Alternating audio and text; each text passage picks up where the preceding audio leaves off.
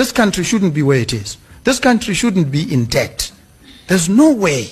It is unjustifiable.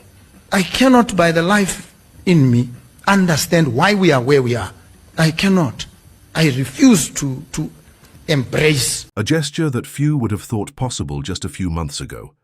An event that many have called unthinkable.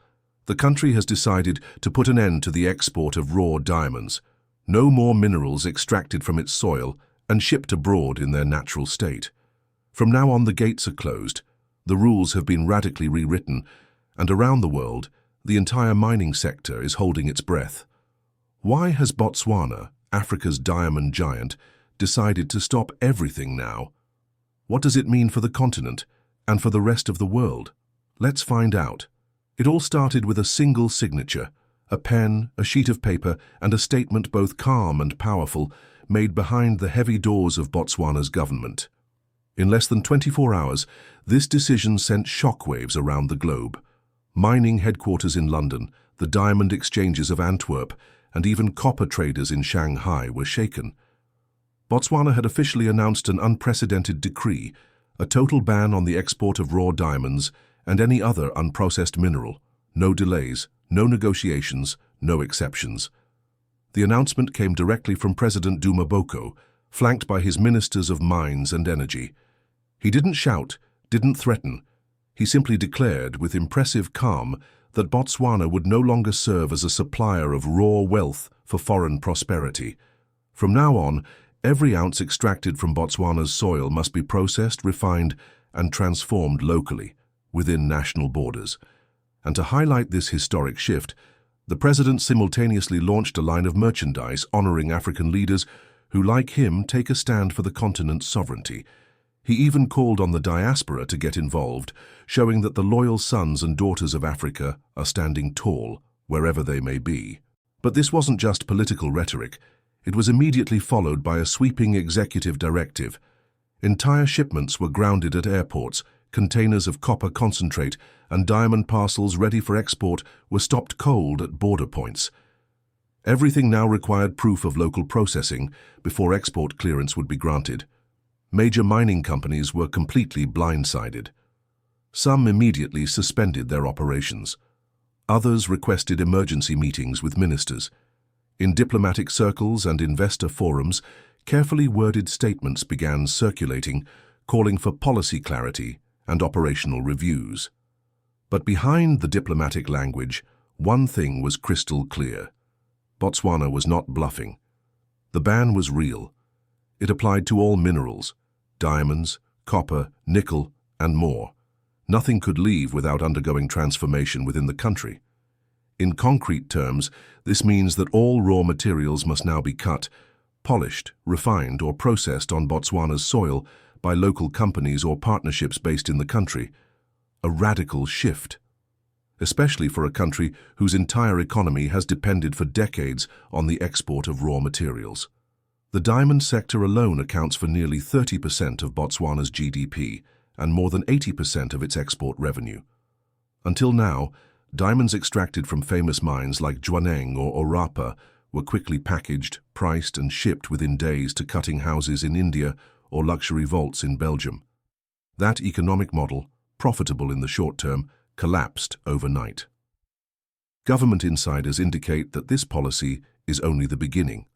A broad legislative package is already in the works to make this orientation irreversible and anchor it in a long-term development strategy. Companies that refuse to cooperate risk having their mining licenses suspended or revoked entirely. On the other hand, those that choose to invest in local transformation by building cutting factories, refineries, or training local workers will be offered tax incentives and fast-tracked permits. Some observers have called this move harsh, but in reality it had been brewing for months. According to sources close to the Ministry of Commerce, President Dumaboko's inner circle had quietly conducted extensive studies on the failures of African resource management policies. Their conclusion was clear. As long as Africa continues to export unprocessed resources, it will remain poor, even if it sits on gold and diamonds. Even Botswana's historic partners, like De Beers, have been forced to acknowledge the magnitude of this shift. Some mines have halted production, not due to strikes or logistical issues, but solely because of the new policy. Companies are currently re-evaluating their operations and exploring ways to bring more of the value chain to Botswana, and the rest of the world is watching, stunned. Organizations like the World Diamond Council, global commodity markets, and even foreign embassies are monitoring the situation closely. Some fear a domino effect. Others, more clear-sighted, admit that Botswana might just be showing the entire continent the way forward. Let's be clear. This small, landlocked country, with no access to the sea, has just changed the rules of the game, not with threats, not with sanctions, but simply by refusing to keep playing by rules written elsewhere, for someone else's benefit. So why now? Why such a radical, risky, unexpected move? It's not ideology. It's not empty pride. It comes from a brutal realization, a growing pressure, the kind that builds slowly until a country has only two choices: collapse or rewrite the rules. In early 2025, Botswana saw the very foundations of its economy begin to shake. Built almost entirely on diamonds, the national economy was hit hard by one of the steepest price drops in recent decades. In just 18 months, the value of raw diamonds plunged by over 40%. A financial earthquake. Export revenues plummeted. Warning signs had flashed well before the crash, but now there was no turning back. In truth, a silent revolution had already begun elsewhere. In storefronts, in engagement rings, in consumer preferences. Lab-grown diamonds, cheaper, chemically identical, more sustainable, were gaining ground. Gen Z buyers, eco-conscious millennials, trendsetters, they were all beginning to turn away from earth-mined stones. In New York, London, Tokyo, natural diamonds had lost their prestige. The illusion of eternal scarcity had shattered, and Botswana, the world's second-largest producer of natural diamonds, was left dangerously exposed. Unlike countries with diversified economies, Botswana had gone all in on a single sector. Everything: the state budget, public salaries, infrastructure projects, and hanging over it all was a single foreign company controlling the money, De Beers. So when sales collapsed, the fallout was immediate. Hospitals delayed equipment upgrades, schools froze hiring, rural development funds dried up, and, perhaps most importantly, the country realized it held no real control. The stones left its soil, only to enrich others. Cut in India, sold in Europe, profits captured abroad. Botswana saw only a tiny fraction of the value it created. That cold mathematical reality was the last straw. According to an internal report, for every $100 generated by a Botswana diamond on global markets, the country retained less than $10. The rest was lost to foreign processing, shipping, branding, and profit margins. Economists sounded the alarm. If the trend continued, national budget collapse was a real risk. That's when President Dumaboko made the decision. The country had to break the vicious cycle, and that would take more than a speech. It required a new system, a new logic, new infrastructure. And so the National Processing and Beneficiation Program, NPBP, was launched. This program is ambitious. It channels nearly $500 million, funded by both state mining revenues and strategic investment from African development banks. The goal is clear: to transform Botswana from a raw material exporter into a world-class processing hub, and, more importantly, into a true generator of value. 3 special economic zones have already been launched, in Gaborone near the Orapa mine and in Francistown. Cutting factories are being built, automated polishing labs, sorting centers, and even design studios for local artisans to create their own jewelry lines. No more just extracting. Now the plan is to create, brand, and sell, and that's not all. Botswana has quietly signed partnerships with South Korea and China to build copper and nickel refineries. These facilities, partially state-owned, will ensure profits remain within the country. Local hiring quotas are planned, along with mandatory knowledge transfers. This model could create tens of thousands of jobs. Estimates suggest that by processing just 60% of its production locally, Botswana could generate over 38,000 direct and indirect jobs. And beyond employment, it's a matter of national dignity. President Dumaboko wants to erase the image of a country that extracts and then re-imports its own wealth at inflated prices. To support this industrial revolution, the government launched the Botswana Industrial Skills Academy, a national school to train a new generation of technicians, cutters, and logistics experts.